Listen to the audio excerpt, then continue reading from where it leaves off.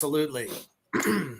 So my question is, how did you get started? What made you think to come up with a horror channel on YouTube? Really, it was COVID, and he was kind of driving me crazy because we were quarantined together, and we always kind of talked horror, like that's kind of our thing. Like we literally our first date ever was to go see War of the Worlds, like Oh, nice. 17 years ago. So it's always been something that him and I we do together, and we actually agree on. Basically have a passion for horror. That's the one thing that we agree on. And so so he started making his my first horror movie, and then I kind of was behind the scenes, kind of gave my my insight on things, and then he was like, well, come and do some other things with me, like on video. And I was like, no, I'm really not like wanted to be in front of the camera, like that wasn't me at all.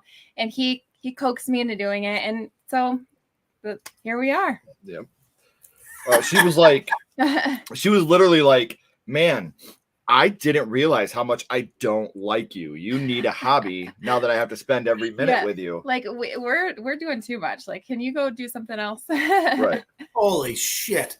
Well, I can definitely say, during COVID was probably the most artistic anyone has ever been, probably in their whole life.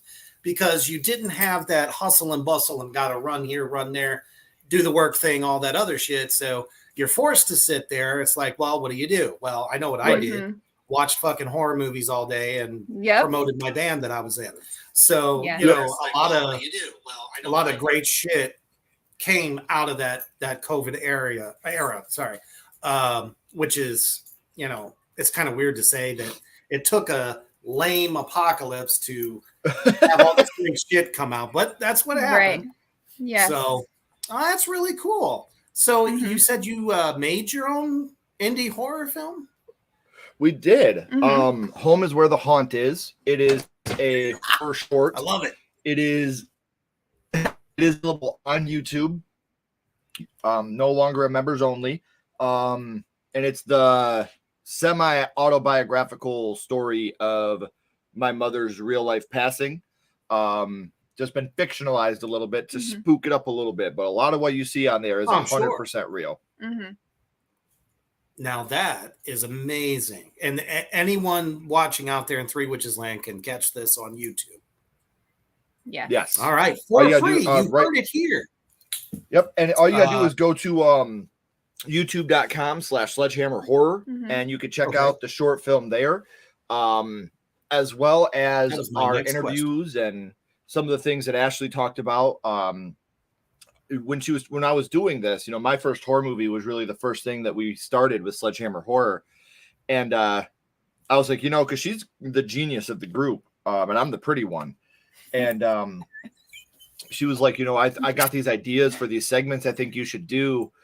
And the first two that she came up with were one called Didn't See That Coming, where we do like an in-depth deep dive review on a movie with a twist ending.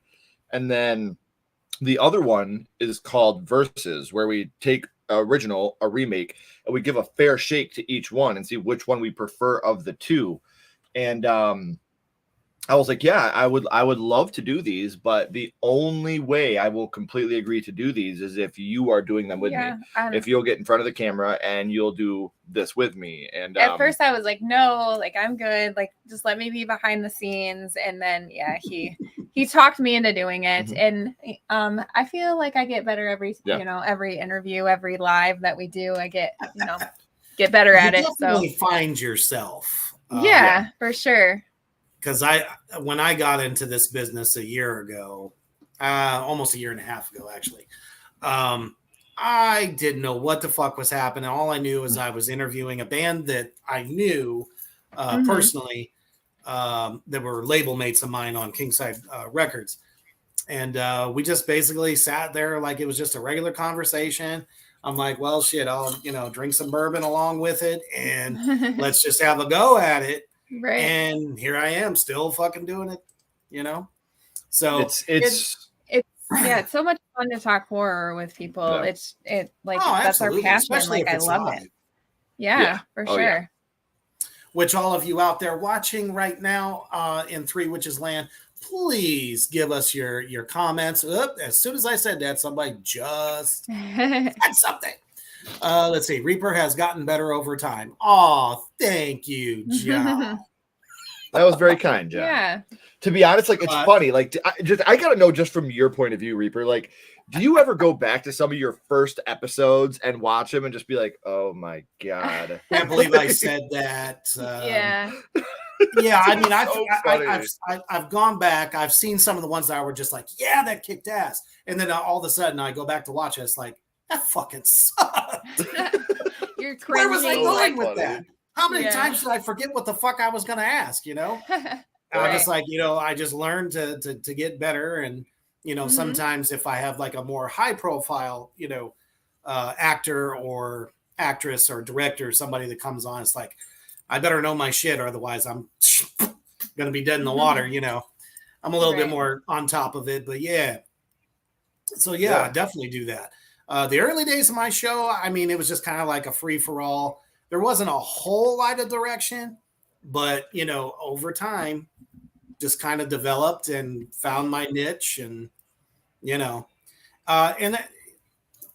sweet. Welcome, hey, what's up, Nate? What's happening? And from Nathan, what's up, guys? Hey, Nathan. What's up, Steven? What's up, Nathan? These are two regulars on our channel. So, hey, awesome. Steven. Hey, Nathan. Nice to see you, gentlemen. Yeah. Yes, the Ari Lehman episode of my show was pretty fucking awesome. He's the guy that Jason, played the baby. very first Jason. So, which I'm sure you knew that. Oh yeah, we were lucky enough to be able to chill with Ari a little bit, and I agree with you. The guy is a saint. I think he is. He's such a character, and he absolutely had us dying laughing the whole time. Just the way, like his presence and everything he does, whether it's on stage, when he's playing his guitar, like everything Ari does, like he's such a great guy. And isn't that the epitome of badassery right there? Somebody that can literally get up and rock out the fucking guitar in a metal band. Yeah. Only he can do it. I was totally blown away because at first when he told me that's what he played, I was snickering to myself. I ain't gonna lie. Man, then I went and listened to the shit and I was like, whoa, he's copying the other guitar player. I'm like, whoa. So, yeah, I mean, that was a fucking blast. I also had Jason Brooks on here. Fucking loved him. He was great. As well as some others. But, like I said, it's a development thing. Everyone's got their own personality. Like, my wife has her own show. And sometimes we do shows together. It's just, where before we got together, she had her own show. I had my own show. So, we do have that option to do shows together occasionally, which is a lot of fucking fun. Most of the time, they don't want to hear me talk anyway. I'm telling you, man, one of the best shows that we've ever had on our channel. Ashley did 2 separate episodes of A Ghouls Night In, where she had just like a bunch of fellow female content creators, and I wasn't involved at all. Like I literally sat downstairs and watched, and like I was like that proud father. Like I'm watching my wife, who I've been with for 17 years, who's always been the introvert of the two of us. Like we are complete and polar opposites in everything in life, and I'm watching her just absolutely crush it. He did the top 10 final guys and the top 10 horror moms. And those are 2 of my favorite episodes. And I wasn't even in them. Like, and I'm being genuine. Like they were so fun to watch because not only am I watching my wife, I'm watching a bunch of my best friends in the community just go out there and absolutely dominate this episode. And it's so much fun when I get to watch my wife's genius unfold, not just be a part of it. Thanks. Oh, absolutely. Thank you, John. John says, Sister Mischief, I'd badass and nothing stops her. Okay. I think it was is badass, but that's all right. We figured it out here. Yes, those were some great episodes. Awesome. Thank you, Nathan. Appreciate you. And thank you for everybody tuning in tonight. This is fucking awesome. I say it every week. If you're watching, goddamn it, say something. This is your time to ask questions and get to know my guests. and even if you have questions from wow. So, looks like somebody else came in here. All right. Kyler Kenny. Hey, beautiful people. Hey, devil. Now that's nice. Hey. Hey, Kyler. That's awesome. He says he's sorry he's late. Hey, as long as you weren't late for supper, we're all okay. Right. Yeah. Better late than never. We were all late to supper. We scrounged it down as fast as we could. Dude, and it's so funny because like as I'm like, we're gonna break the fourth wall here and talk to people about what happened before the interview.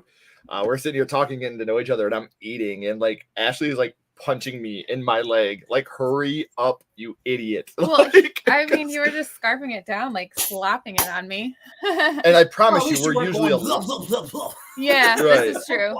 We're usually a lot more professional than that, but we have kids, and sometimes that type of thing happens. So it was pretty rough, man, to just jump in. I was like, shit, I gotta eat my dinner because if not, He would get hangry. I'll end up looking like Paul Blart, man. I'm sitting here. Oh, I know how that goes, brother. I know how that goes. Yeah, and I was actually just talking to my wife before the show. I'm like, I'm so glad that we didn't have to bring our twins here because me trying to do the show, and if they were here and running around, oh, man, I wouldn't be able to concentrate. That's just the way it is. Right. Oh, Big Papa Bear, But yeah, that's one of the things I was really impressed with is the diversity. There's no two shows the same. It's always something different.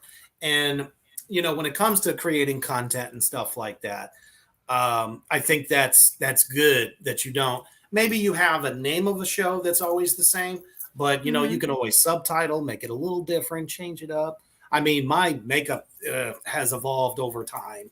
As well. I mean, I started out like the worst, horrible version of, let's say, Captain Spaulding, which I get compared to all the time. And it was just bad. My wife and I were just laughing about it when she was doing my white. I'm like, yeah, she's like, this stuff is way better than what she used in the beginning. It looked like shit. I'm like, ooh, oof, ah. All right. Hey, I did brutally honest. Yep. Right. Hey, and trust me, I appreciate that. Yeah. We have a question already. What's everyone's favorite horror movie? Usually I leave that for the end, but since somebody out in the peanut gallery asked, let's go ahead and answer it. My favorite horror movie is People Under the Stairs. I love that movie. Enjoy it, watch it multiple times a year. And Daddy and Mommy are terrifying. Yeah. I the message, and I love the movie. Mm-hmm. Yeah, that's my favorite. That's a hell of, I mean, let me tell you, one of the weirdest. Yes. Weirdest stories yes, for sure. Unfolded. Holy shit. Mm-hmm. But I love Stephen King, Oh, yeah. I'm going with House 1986. Oh, yeah. The first one, not the second one. Yeah. Oh, gosh. Yeah. Make sure you say that. I just think that it was my first horror movie. It got me started in the genre. And even to this day, there's just so much that movie has to offer. And like, I'll die on that hill. Like, it's not just a horror movie. Like, it's a love story. It's a Vietnam War story. It's there's a lot of action to it. There's a lot of fear that goes along with it. I think that it's such a great movie, and the comedy that it has is so great. Like Harold, the next door neighbor, like he's so good. It was Norm. It was Norm from Cheers. Yeah. From Cheers. He's fucking hilarious. Absolutely. Yeah. And like then, the scene where you watch from Night Court was in there. So, and then you have the part with if you watch very subtly on the TV, there's a scene where Roger Cobb, William Katt's character, is watching his ex-wife on her soap opera. And she's like, the line that she gives during the speech is she's like, my sister was an only child and you abused her. And like, it's so serious how she delivers the line. And like, I just love that they did corny little things like that in the movie. I thought that was perfect. My sister is an only child and you abused her. This is like, what the hell are you talking about? It's so good, man. Absolutely. Now, when it comes to me, I am a fan of different decade genres. So it's hard for me to really pinpoint what my all-time favorite is. I'm a huge late 50s, early 60s fan of all of the Hammer production films. Sure. Christopher Lee. Oh my goodness, I'm forgetting his name. He was in the first Star Wars and ended up passing away. But the one that always played Van Helsing whenever there was a Dracula film. Yeah. Can't remember his fucking name to save my life. It always goes that way. It does. And then I love all the Universal Monsters films. Mm-hmm. I go all the way back to the Nosferatu silent film. The 70s is where horror really started to shine more because everyone was taking bigger chances, bigger leaps. So I'd have to say, to this day, the original Halloween is my favorite. For fuck's sake. Yes. Stop it. Are we talking about the close second was Texas Chainsaw, the original. Yeah. I was gonna say, are we talking about our favorite horror movies or the most overrated horror movies? Is that what we're not overrated? Is that what we're doing here? Oh, that's what the question was. Well, I mean, when you said Halloween 1978, I thought we changed. We were talking about the most overrated horror movies ever made. I'm sorry. I thought we had a switch up there. My bad. No, he it created all the time. The era of the Scream Queens. I'm gonna say, like, I think that Halloween is just a second-rate Black Christmas. I think Black Christmas did everything Halloween did better, honestly. And I like Halloween. Now, I are give you her talking shit about the original Black Christmas or the sequel? Because I thought the sequel was far fucking better. Wait, are you talking about Yellowface Black Christmas? Yeah.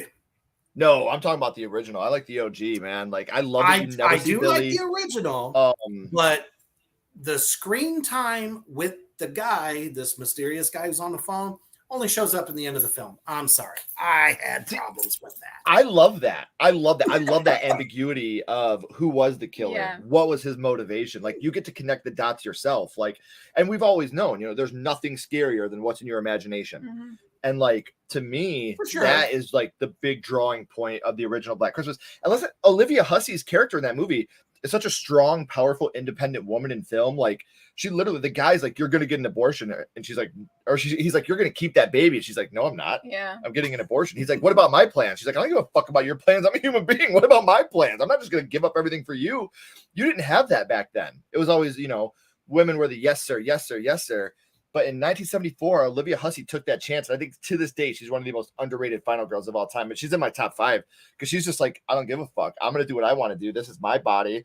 You don't control me. I'm in control of me. And I definitely agree that the acting in that film was great. And I even showed it to my son, who's 20 now, and he really liked it too. And his first introduction was actually the remake, not the original.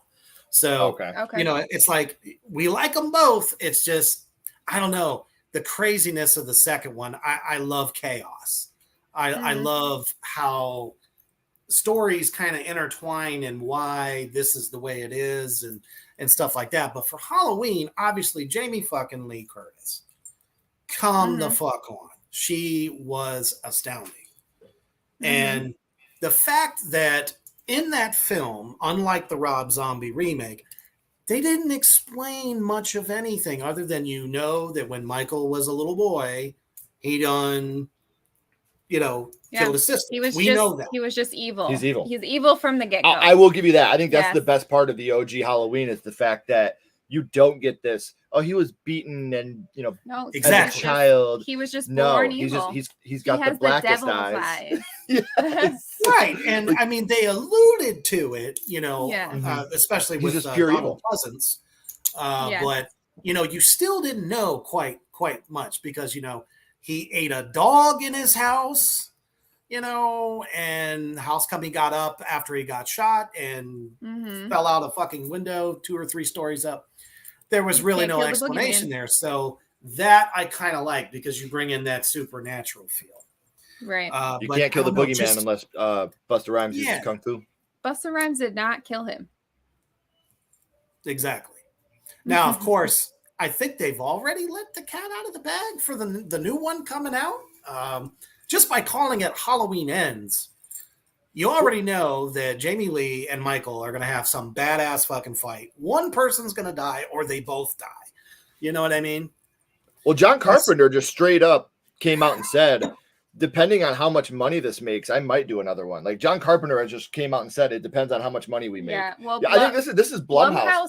This is Blumhouse. They're done after this. They won't have the rights to it anymore. But I mean, who knows who else would pick it up and make it their own? If Blumhouse doesn't buy, no, I don't either. They didn't need to after H2O. Some other, more fresh, brand new ideas take over. Mm-hmm. I'll tell you this though, if I will be absolutely shocked if Blumhouse doesn't pick up Friday the 13th or Nightmare on Elm Street and get a 3-film franchise. Nightmare on Elm Street's going to be a little more expensive because Craven's estate is being really picky with it, but we know that Friday the 13th is coming out with new material, and if Jason Blum doesn't get the rights to that, I will be in absolute shock because Jason Blum's always talked about Friday the 13th, the real horror villain, Jason Voorhees, boy. But I will be genuinely shocked if the next Friday the 13th picture is not a Blumhouse film. I think Jason Blum will be surprised either. See, I think he'll back the Brinks truck right up to the Friday the 13th estate. He'll throw every dollar he has to get the rights to that film because he knows it's gonna make money. Like you are sure. Just like look at what Halloween did. Look what Scream's doing, and even like the Blumhouse originals. Look at the Black Phone. Look what that movie just did. It's still pulling in money right now, and it was a limited theatrical run.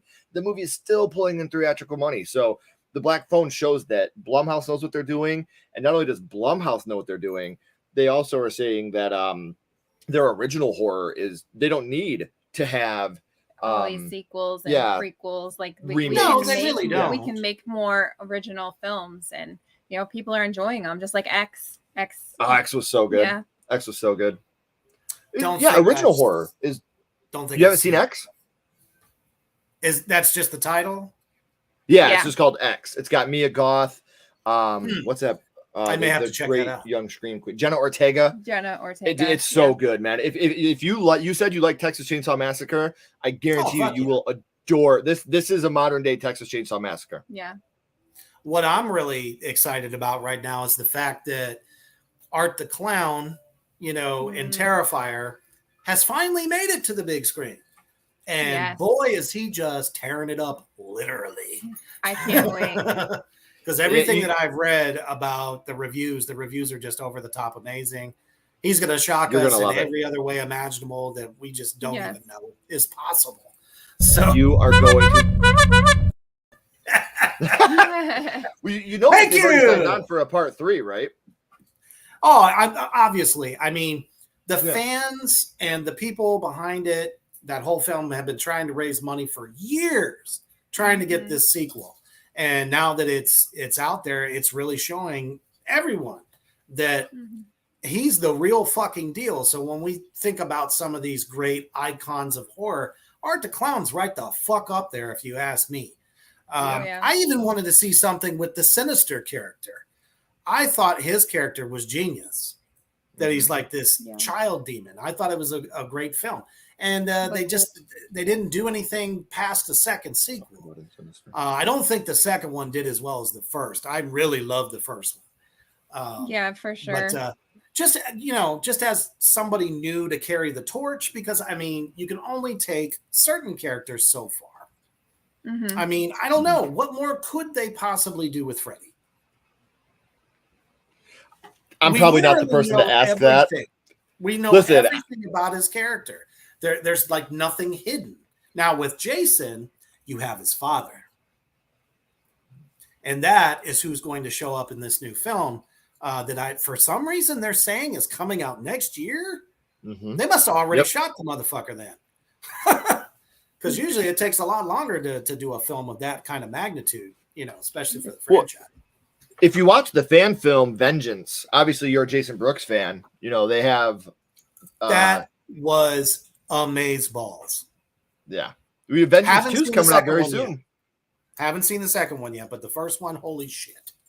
Yeah. I always said, and I know that there's Friday the 13th purists out there that probably shoot me for this, Part 6 was such a good fucking film. Jason Lives. In my opinion, okay, I'm definitely. We are now family. People always tend to try to kick me in the head whenever I say that. It was so good. And why couldn't they do a sequel that made sense with that film? That's when, they did so many like references to the Universal monsters in that movie, like Frank and Jason, how he comes back as a zombie. And then Karloff's Cafe, in honor of Boris Karloff. Like, there's so many Universal monster nods in there, because if we didn't have the Universal monsters, we wouldn't have had our generation's Universal monsters of, your Jason, Freddy, Michael. And so, like, to me, for them to just come out and say, like, these are who we're honoring, it's amazing. I love Friday 6. And I'll be honest with you, I think Friday 5, A New Beginning, is up there too. I get it's Roy Burns, whatever. It's fucking Jason throughout the whole movie, man. Yeah, there's a weird reveal at the end. The whole movie, that's Jason, and the movie's funny, it's campy. But I think the reason I like campy. 6 so much, they did not depend. There's no nudity at all in Friday 6. The only Friday film with titty none, and I think that was a huge gamble for them, and it worked really well. It was probably, if I remember correctly, one of the highest grossing ones they did.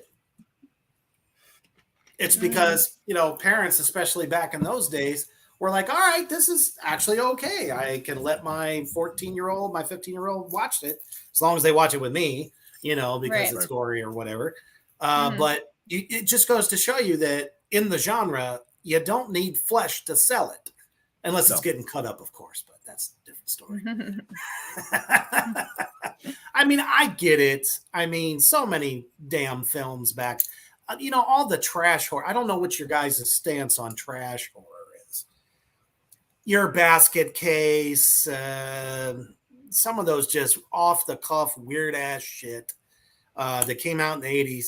So many people just thought was so fucking good. Although I have to say, Toxic Avenger was fucking hilarious.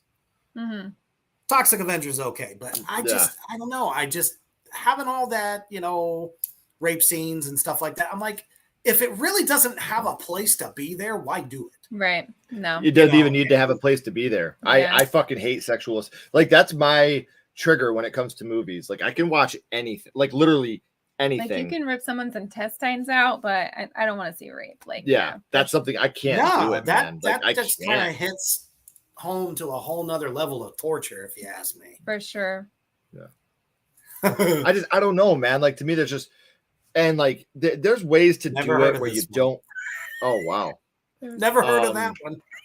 Killer Condom, huh? But like, to me, it's just like, you don't need it. And I don't need to see a rape scene. Like, if you're going to do a rape scene, like, show a guy drag a woman into a room and shut the door and that's it. I don't need to see anything. I don't need to hear her scream for 10 minutes. Like, just the idea that, hey, this is probably happening is good enough. Yeah. But if you if you don't want your audience to walk the fuck out of the film, don't put it in there. Why is it necessary? Hate it. I do too. Well, we were talking about a movie a little bit ago, and I was going to say, like, Rob Zombie's Halloween is one. Like, when we watched that movie, we watched the theatrical cut because the director's cut with that rape scene is just, too much for me, man. I can't do it. I don't like it. Like, it literally makes my skin hot. And why the fuck does he cast his? I understand it's his wife, but why? Why did they have to cast her in every goddamn film he makes? Come on. I can't talk shit because I would do the same thing. I could remake Jaws and she would play Bruce the Shark. Like, I'm serious. Dude. Like, I would put her in every single thing I do too. So I can't talk any shit, man. Okay, but it's not gonna probably be as annoying as that. Yeah. Well, just my thing is, I just don't like the fact that she plays the same character in every movie. That white trash, gotta be half naked all the time, potty mouth. God, I work as but like I don't need was fine. Right. I was fine. Like, give me a little bit of depth to your character. She doesn't have any. I don't think I just don't think she's got it. Mm-hmm. And apparently, from what I've seen online, nobody else seems to think so either, because when that Munsters trailer came out, that got dogged so hard. I'm stoked for it. And listen, I'm not. I mean, I'm happy to see it. Yeah. I am not a Rob Zombie fan. I'm excited to see where he goes with it. At all. Like, I'm not a Rob Zombie fan even this much. Like, I love his music. Don't get me wrong.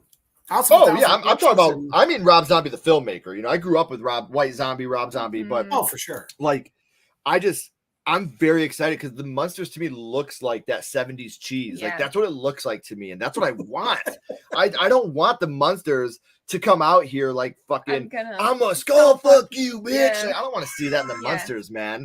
I want could my you Munsters. imagine Herman Munster saying that? Yeah.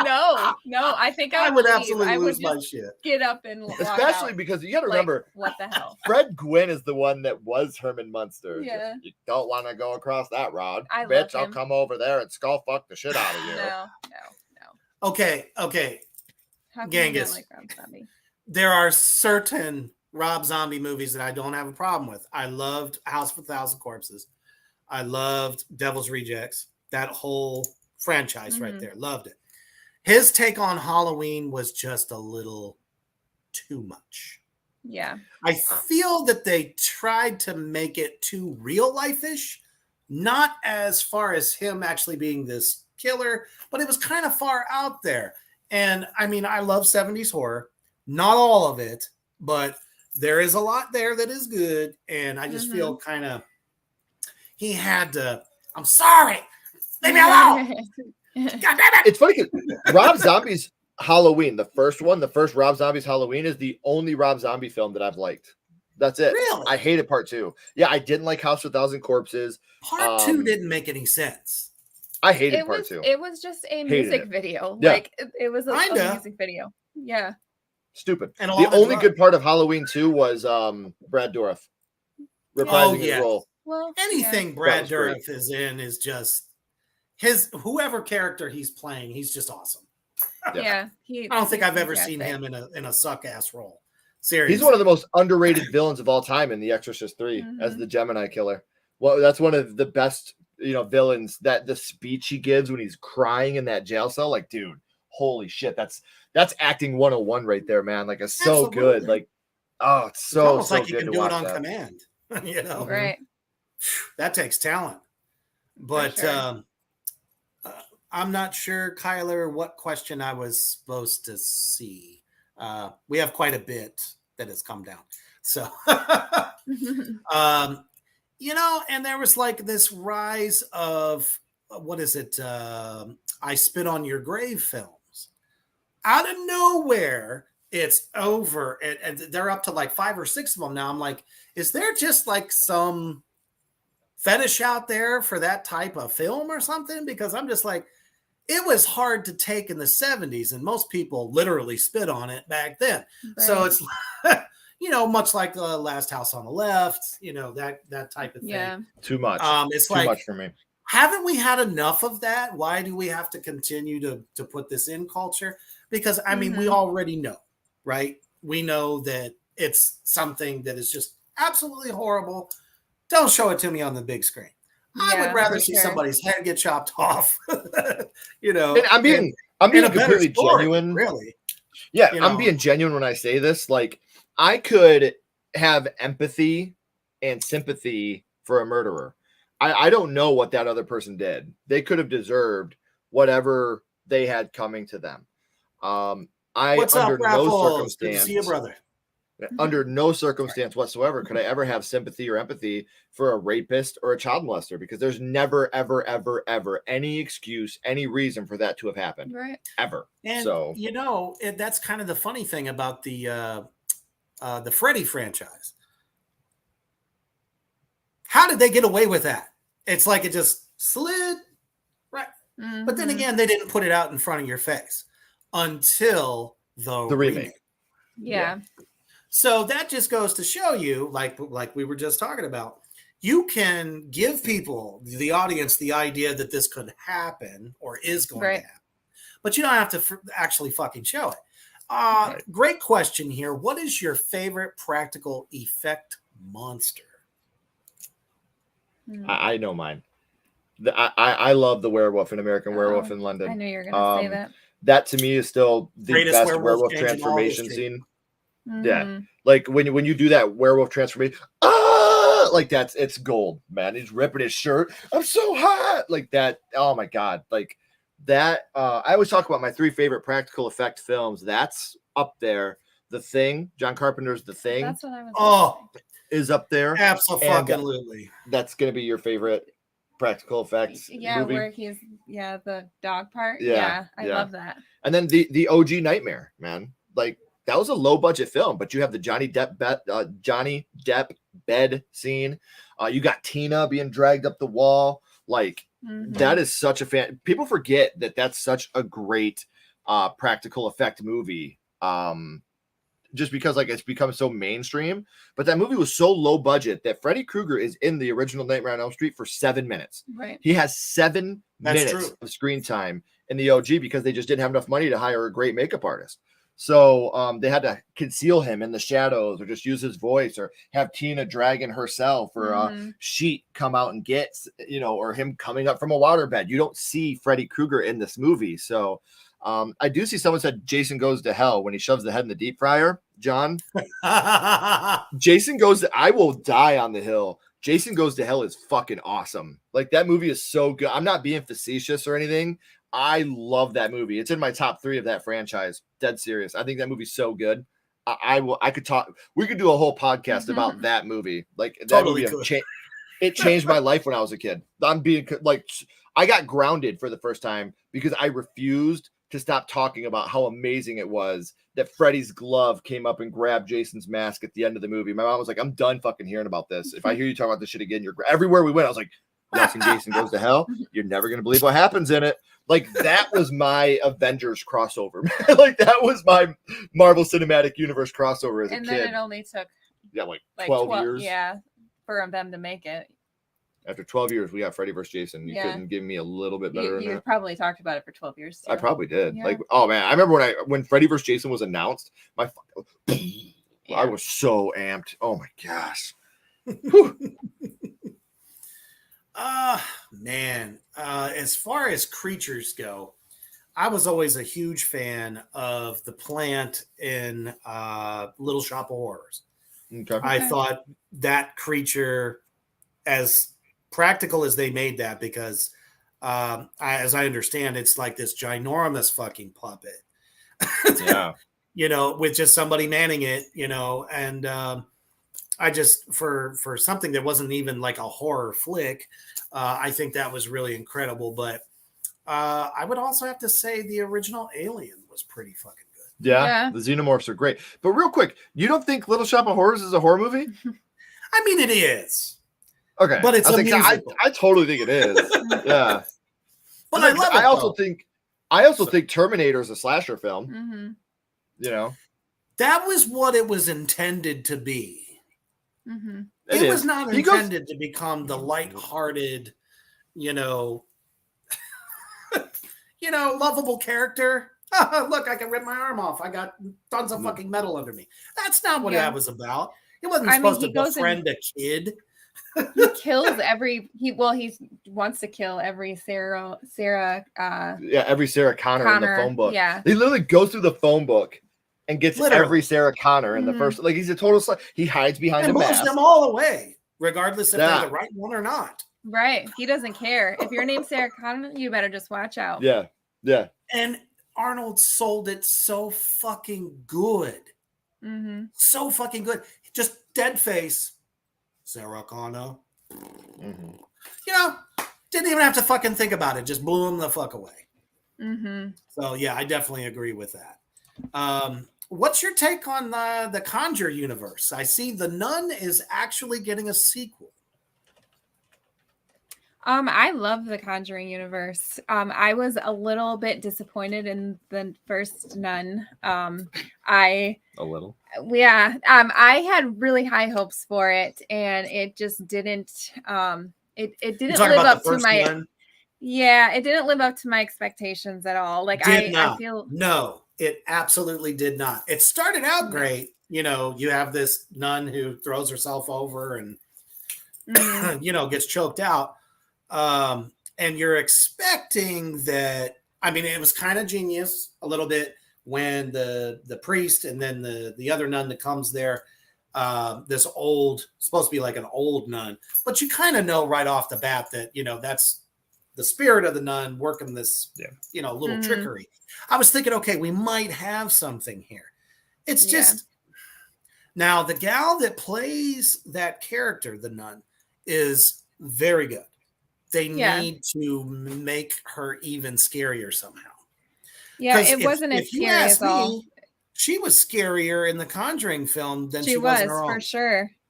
I mean, she did what she could with what they gave her, you know, but the movie was beautiful. The cinematography was, but just there was no story. There was no story at all. Yeah, it was just guiding you to the next jump scare. Yeah. That's all it was doing. Yeah, that's really all they did do. And it didn't land at all for me. And I was really disappointed because I was so excited because we were there opening night. Yeah. I mean, she scared me in The Conjuring, you know, just, you know, being in the back with that's one of the best shots in the whole when the camera's panning over to the painting and then her hands come around the painting and come at Lorraine. Yeah. One of the best shots in the whole Conjuring universe. But it just didn't land. That's my least favorite. To be honest. There's only one Conjuring movie I dislike more than The Nun. Do you know what it is? The Devil Made Me Do It. Nope. I actually like that more than The Nun. That just was like more of a cloak and dagger film. It wasn't even like. I thought that like there was so many great shots in that movie, like the shot with them up on the mountain. Like I thought that was really good, and I love the shot at the beginning when Ed's talking to him. He's like, "Don't talk to it, don't talk to it." Like I know, Nathan, I'm sorry, man, but look, I'm not saying I love the movie. Like, don't get me wrong. It's down towards the bottom of the list, but there's no way. The Annabelle. Nope. No. There's no way that anybody on this planet can look me in my eyes and tell me seriously that they thought The Curse of La Llorona was better than The Conjuring 3. No way. No way. Which one was that? The second one? No, it's its own movie. Or is it a standalone? Yeah. Yeah. Mm-hmm. You know what? Somebody might say that I suck for this, but it didn't interest me even when I saw a trailer for it. Mm-hmm. I thought that they were basically just trying to cash in on the success of other films by having the thing that pisses me off is I grew up in a very, very Hispanic family with a lot of pride in our Hispanic culture, and La Llorona is Hispanic. That's a Mexican thing. And the movie takes place in California. I'm like, what the hell? Like, there's like very little to. Well, I mean, like, there's very little to the Mexican folklore that comes behind the tears of La Llorona, like the things that we grew up with, and like, sure, it's like that's one thing about this movie that I'm like, what the hell are they doing? Like, why? Why are they doing this? That's like making a movie that's a biopic of Bone Thugs and Harmony and having it set in fucking, I don't know, San Antonio, Texas. Like, I'm not gonna believe this shit. You know, that would have never happened. Yes. Yeah, it shit took place in Cleveland. What the hell are you gonna? This shit didn't take place in Florida. Like, what are we doing here? Mm-hmm. John actually comes up with a very good question because my wife was actually in this film, Clown Motel Part 2. I don't think we've seen that one. Is Felissa Rose in that one? Or it's an indie film that you can get on Amazon. Okay. I know it's set for streaming services. I'm just not sure where you could get a physical copy, but I'm sure if you'd want to check it out just to have, give your opinion, I'm sure my wife could probably send it to you. So I just wrote it down. If she wants to send it to me, you have my email. I would love to check it out, man. That would be an honor. Not even I mean, I'm not gonna like I'm gonna watch it honestly. Like I would love to see the movie, not just because your wife is in it, but if somebody's recommending us to watch it, we will absolutely watch it. It would be an honor to watch it and let you know what we think. For an indie film, it was pretty well done, I would have to say. Okay.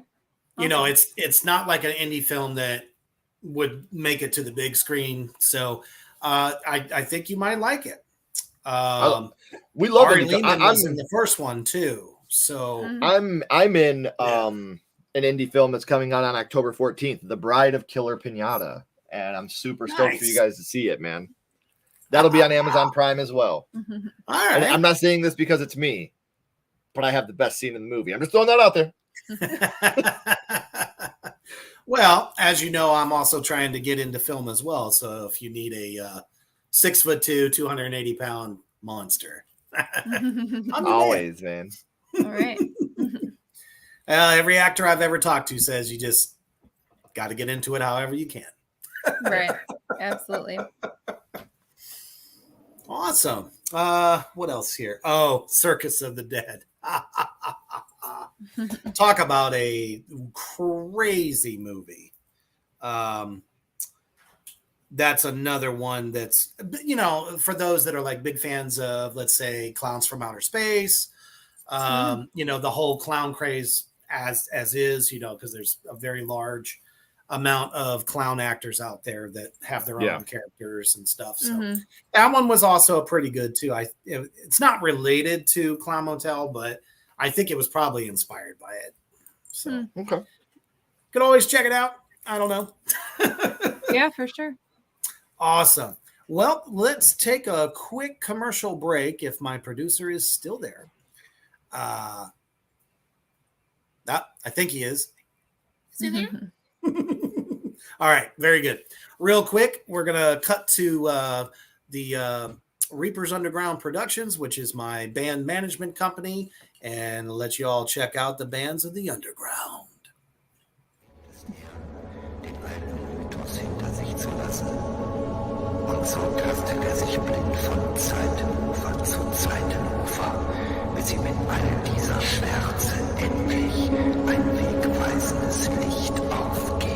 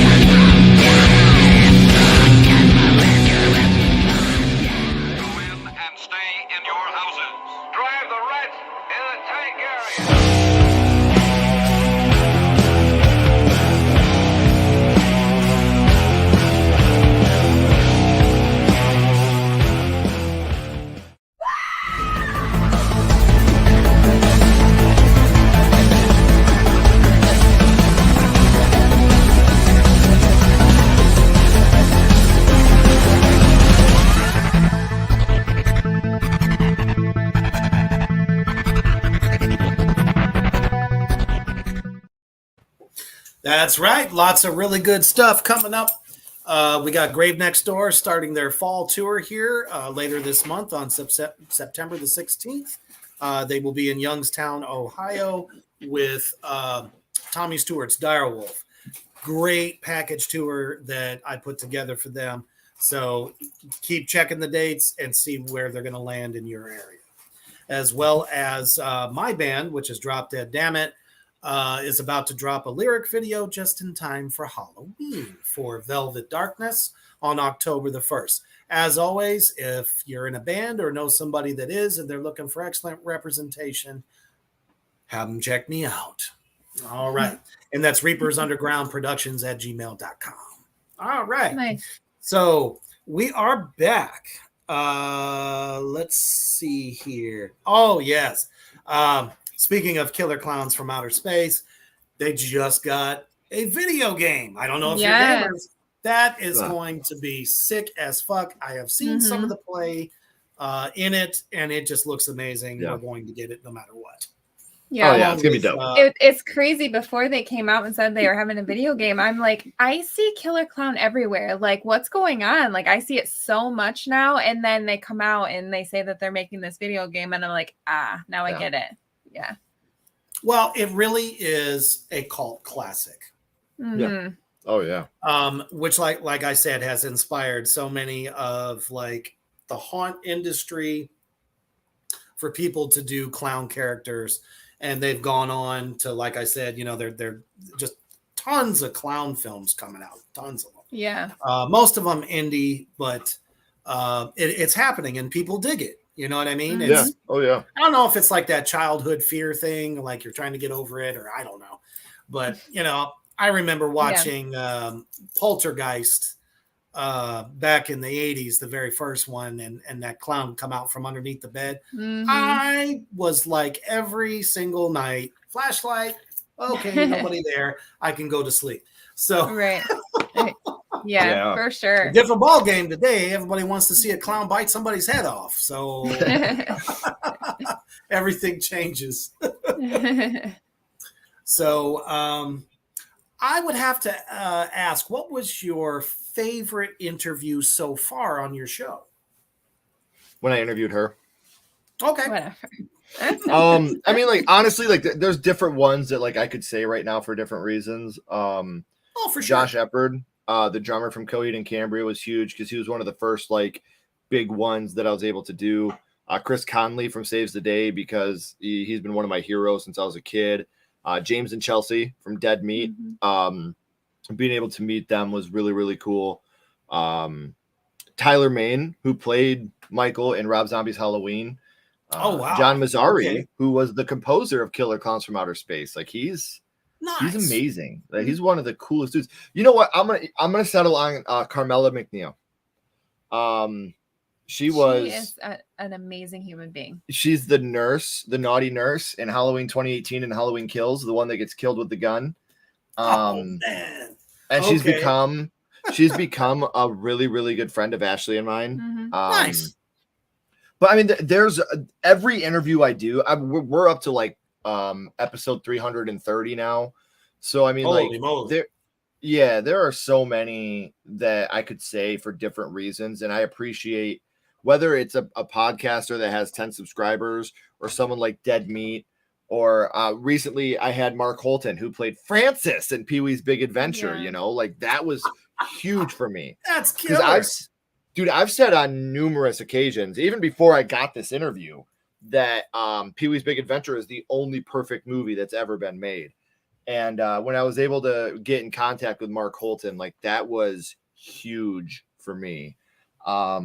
So that was a big one for us, was Mark Holton. I really, really, really liked that one. Man, like I said, there's just so many different people that are running through my mind right now. Michael Smallwood was great. He played the doctor in Halloween 2018 and Halloween Kills. Like, he was just a great, great guy. And I love it when I interview YouTubers and podcasters, because they know the struggle and, like, they come with it and they're there and they're having the time of their life just hanging out with me. I can't wait to have you on there. Hopefully your amazing wife will come on and I can talk to you guys about the first horror movie you guys watched. Absolutely. That would be dope. I grew up in a video store. My mom and dad owned a mom and pop video store called Family Video, or Downtown Video. Such the best. Family Videos. I miss those days. Yeah. It was always cool to find out what the new release was going to be. Yeah, you'd have to read the back instead of, you got to literally look at the thing and, get somewhat about what it's going to be about. And now it's just like you just have to catch a trailer and hope you can figure it out.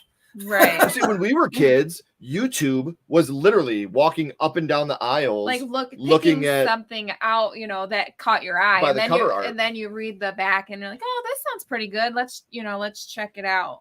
Nathan's right. CJ Graham too. Yeah. See, Nathan down here, he said CJ Graham was an awesome one. CJ, he played Jason in Friday 6. He was Victor Miller, the guy that created Friday the 13th. Like, I would love if you're listening, CJ, come to the devil. Was so nervous before Victor Miller. Like, I was literally like shaking. Like, this guy's like, oh my gosh, it's fucking Victor Miller. That one was big. Oh yeah, like Lisa Wilcox from Nightmare 4. But you know what? Wow. Another awesome one. Patricia Tallman. She played Barbara in The Night of the Living Dead 1990. Yes. She is phenomenal. And if we're talking about people that have grown with us since the show, Joy Tanner. Oh yeah, she's awesome. We have a local charity here. Something that Ashley and I do. We're very, very big with autism. Autism is something for Ashley and I that is extremely serious, something that we are extremely proud to be supportive of. And I'm not going to say an amount of money because I don't think that's very polite, but Joy Tanner gave a sizable donation after doing an interview with us to one of our local charities. That's amazing. Yeah. And what this charity does is it supplies iPads and laptops to nonverbal autistic kids, and the money, 100% of it's called Jasmine's Voice. If you guys want to look it up on Facebook or on Instagram, Jasmine's Voice. We definitely will. Our twin son is autistic, so yeah, it definitely hits home for us.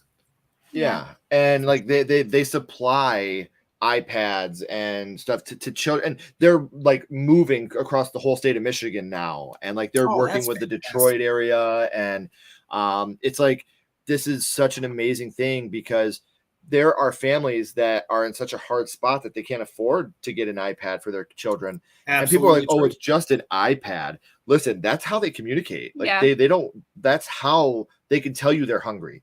That's how they can tell you I need to go to the bathroom, is with this iPad. That is their voice, you know, like, and 100% of this money goes to help out those kids. That is just something to me. And Joy, when we were talking about it and she heard about it, like the people from Jasmine's Voice ended up getting in contact with me, like, you know, Joy Tanner? I was like, yeah, she's the shit.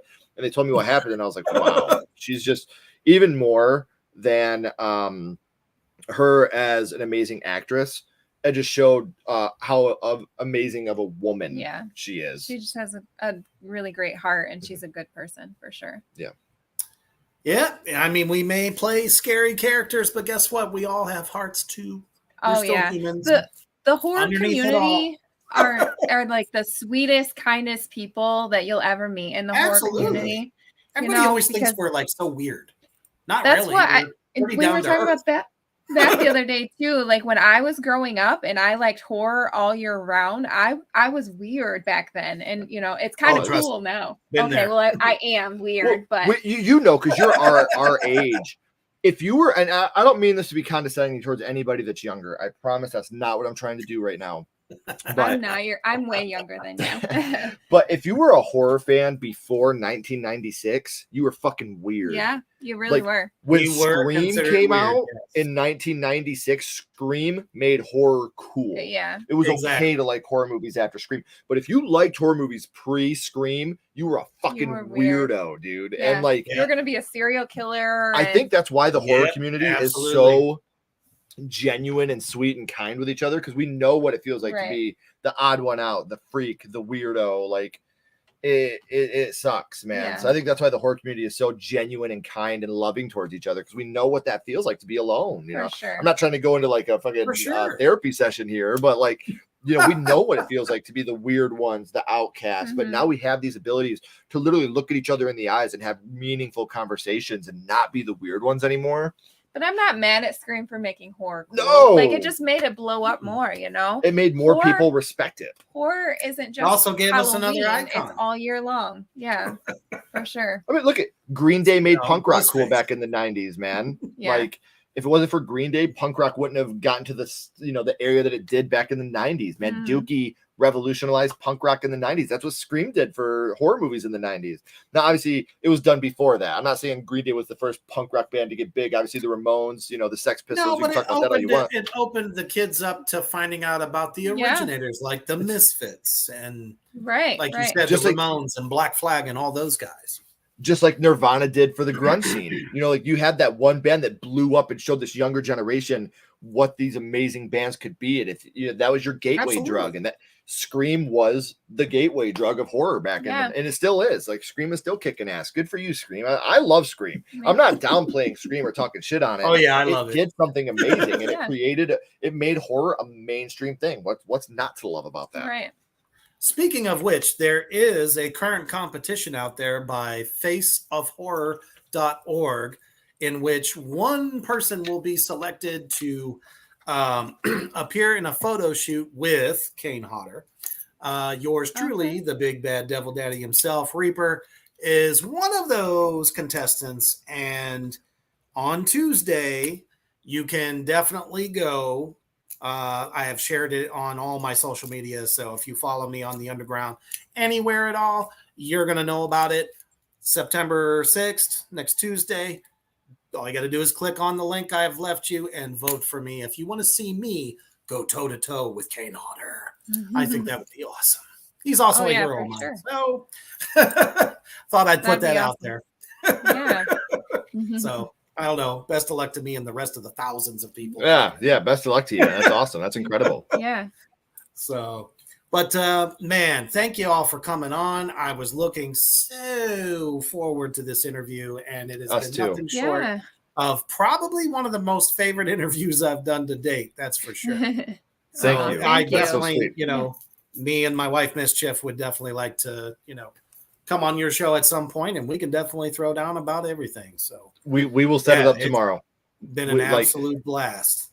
For anybody that's watching, if you want, go to youtube.com/Sledgehammer Horror. We are about to go live at 9:00 Eastern here in 45 minutes, and we are going to be ranking the Final Destination franchise from least favorite to favorite. So stop over there and see what we have to say about the Final Destination franchise. Hell yeah. And thank you for everybody out there in the comments section. You guys have been absolutely awesome. That's what we love to see here at the Underground. Yeah. So find yourself a good flick, check their show out first, then pick a horror flick to watch. But most importantly, stay heavy.